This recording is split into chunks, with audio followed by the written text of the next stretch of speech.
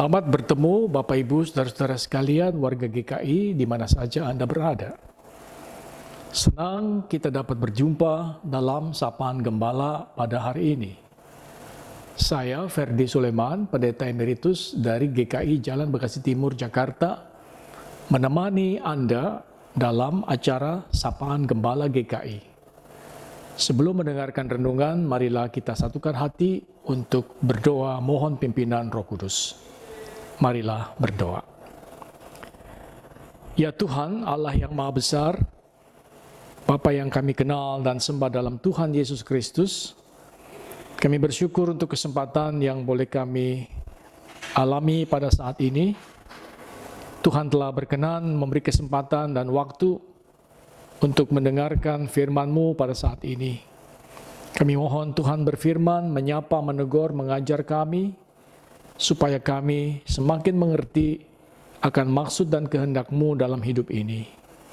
Curahkanlah Roh yang Kudus di dalam hati kami, supaya kami bukan saja mendengar dan mengerti, tetapi lebih-lebih lagi menjadi pelaku-pelaku firman-Mu di mana saja dan kapan saja.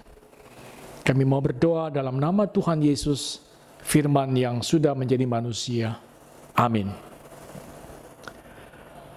Saudara, tema renungan kali ini berkata, janganlah takut hai kamu kawanan kecil. Berdasarkan Injil Lukas pasal 12 ayat 32. Indonesia, negeri kita tercinta, baru saja memperingati Hari Kemerdekaan yang ke-76.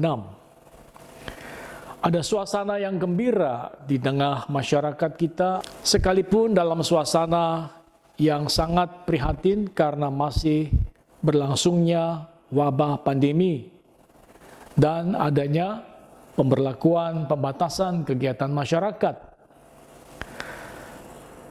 Saudara-saudara sekalian, tentu kita bersyukur atas kemerdekaan yang kita telah miliki, yang merupakan anugerah Allah bagi seluruh bangsa kita. Hal ini dinyatakan dengan jelas dan terungkap di dalam pembukaan Undang-Undang Dasar 1945 bahwa kemerdekaan merupakan anugerah Allah. Namun di dalam kehidupan bermasyarakat, berbangsa dan bernegara, masih ada satu hal yang seringkali mengganjal, bagaikan duri dalam daging, yaitu masalah hubungan antara kelompok yang disebut mayoritas dan minoritas. Dalam hal ini menyangkut masalah keyakinan atau agama. Contoh yang paling hangat baru-baru ini adalah batalnya keberangkatan Christina, siswa kelas 11 dari SMA Negeri 1 Mamasa di Sulawesi Barat, yang telah terpilih menjadi anggota Paskibraka, anggota pasukan pengibar bendera pusaka, yang seharusnya berangkat pada tanggal 17 Agustus yang lalu dan ikut menaikkan bendera di Istana Negara. Tetapi dia batal dan tidak jadi berangkat, digantikan oleh orang lain dengan alasan yang dibuat-buat, bahwa dia dikatakan telah terpapar COVID-19. Padahal sebenarnya alasan yang diberikan adalah karena Christina seorang penganut Kristen. Tentu hal ini sangat menyedihkan dan mengecewakan bagi yang bersangkutan dan keluarganya. Sudah menjadi rahasia umum bahwa umat Kristen di sini seringkali mengalami perlakuan diskriminatif, dipersulit kenaikan pangkatnya, dihambat kariernya, dihalang-halangi kesempatannya untuk menjadi pegawai negeri, menjabat sebagai panglima, menjadi rektor, dan sebagainya, dan seterusnya. Malah untuk sekadar menjadi anggota Paskibraka di Istana Negara. Saudara-saudara sekalian, hal ini tentu sangat merugikan bagi yang bersangkutan secara pribadi, tetapi juga merugikan negeri kita secara menyeluruh. Karena begitu banyak orang yang mempunyai potensi, yang berkualitas baik, memiliki dedikasi yang sangat tinggi, tetapi dengan sengaja mereka disingkirkan. Tidak diberi kesempatan untuk menjabat jabatan tertentu, hanya karena berbeda agama dan keyakinannya dengan kelompok mayoritas. Pada kesempatan ini saya mau mengangkat masalah ini dari sudut pandang iman Kristen. Firman Tuhan dalam Lukas 12 ayat 32 berkata, "Janganlah takut, hai kamu kawanan kecil, karena Bapamu telah berkenan memberikan kamu kerajaan itu." Takut terhadap apa? Ada banyak hal yang sering membuat kita menjadi takut. Dalam Injil Lukas pasal 12, Tuhan Yesus menjelaskan beberapa alasan. Ada ketakutan karena kematian. Ada ketakutan terhadap penguasa yang bengis dan kejam. Ada rasa khawatir akan kebutuhan hidup, makan, minum, sandang, dan pangan. Tapi masih ada ketakutan yang lain, yang timbul karena tekanan, hambatan, atau penindasan dari kelompok mayoritas terhadap minoritas. Dan inilah yang sering kali kita alami di negeri ini. Saudara-saudara sekalian, kawanan yang kecil di sini bukanlah kaum yang kurus krempeng badannya. Kawanan kecil ini merujuk kepada kelompok yang jumlahnya kecil dan sedikit. Di dalam bahasa Yunani kalimatnya berkata mephobu to mikron moimnion. Artinya jelas berarti pengikut Kristus yang jumlahnya sangat kecil, kaum minoritas. Umat Kristen lahir sebagai kelompok kecil di tengah-tengah masyarakat Yahudi yang jumlahnya jauh lebih banyak. Dan selama 300 tahun sejak kelahirannya di dunia, umat Kristen terus mengalami penindasan, tekanan, penghambatan, penganiayaan, dan sebagainya. Karena itulah firman Tuhan berkata, "Janganlah takut, hai kamu kawanan kecil, karena Bapamu telah berkenan memberikan kamu kerajaan itu." Artinya kita sebagai umat Kristus tidak usah takut dengan segala macam perlakuan buruk dan tidak menyenangkan. Karena kita adalah pengikut Kristus. Ketahuilah bahwa dunia sedang berubah dan telah berubah. Yang pada awalnya membenci dan memusuhi umat Kristen, tetapi lambat laun dan sedikit demi sedikit semakin mengerti dan akhirnya dapat menerima. Nah, oleh karena itu jangan sampai ada orang yang mau menggadaikan imannya supaya dia diterima menjadi pegawai negeri, atau menjadi tentara, atau memegang jabatan tertentu. Semuanya itu hanyalah jabatan sementara. Karena Allah akan memberikan kepada kita kerajaannya yang kekal. Dan kita umatnya adalah ahli waris kerajaan Allah. Kerajaan Allah adalah gagasan yang sangat penting yang dibawakan oleh Tuhan Yesus kepada umatnya dan dunia ini. Bahwa Allah adalah Raja atas segala sesuatu di dalam dunia dan alam semesta. Kuasanya tidak terbatas dan tiada berakhir.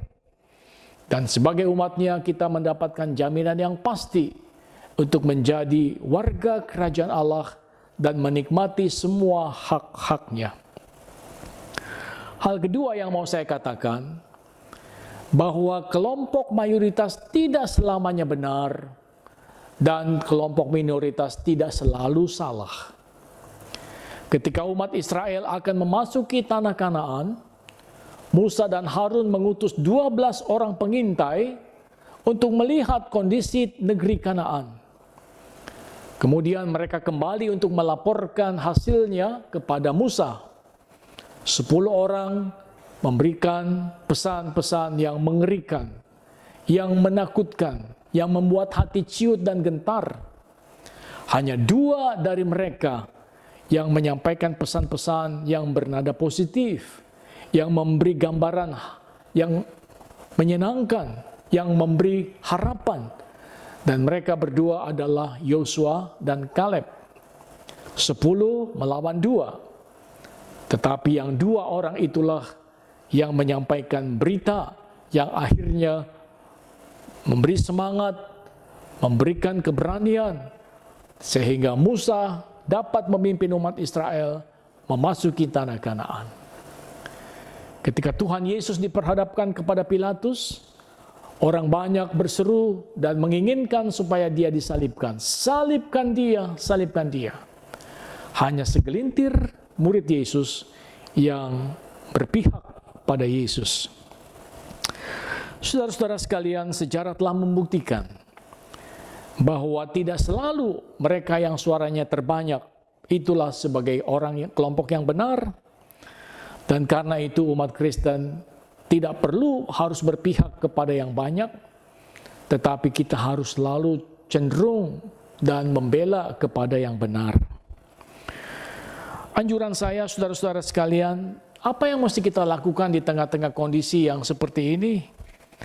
Marilah kita terus bekerja, berkarya, dan melayani untuk Tuhan. Ingatlah bahwa hasil akhir dari semua yang kita kerjakan adalah untuk kemuliaan Tuhan. Almarhum Pendeta Eka pernah mengingatkan agar kita meniru sikap Daniel dan kawan-kawannya ketika mereka dibuang ke negeri Babel.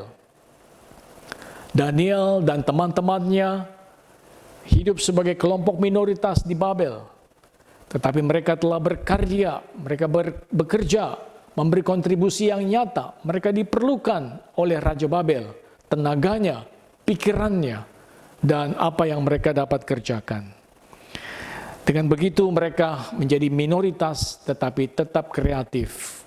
Creative minority. Itulah yang mestinya kita tiru dan teladani.